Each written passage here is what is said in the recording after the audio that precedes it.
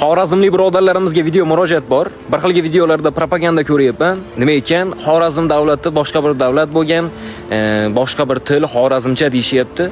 Davlat to'g'risida to'g'ri aytyapsizlar, lekin monarxiya sistemasida boshqarilgan va sulola boshqargan uni, oila, millat davlati bo'lmagan u. Keyin Qipchoqlar boshqargan Xorazm Xiva xonligini ham. Endi yana bir mavzuga keladigan bo'lsak, Xorazm aslida O'g'iz turkiychasi. Turkmaniston ham, Ozarbayjon ham, Turkiya ham aslida O'g'iz turkiychasi.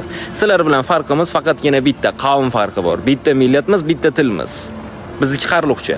Qozoq, Qirg'iz, Qoraqalpoq, No'g'aylarniki Qipchoq turkiychasi va ular Qipchoq turkiylari. Endi sizlar haqiqatan boshqa bir til bo'lganlaringda tushunmasdi, lekin mo, qara, ya, simgaldi, galdi, gitdi deganlaringda tushunayotgan bo'lsak, unda bitta til bo'ladi. Slavyanlar ham 13 ta davlat.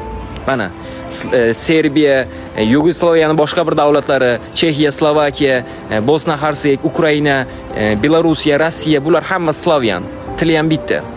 Arablar 21 ta davlat. Yoki bo'lmasam Qatarlar aytayaptimi, biz tilimiz Qatarcha deb. Marokash aytayaptimi bizniki Marokashcha deb.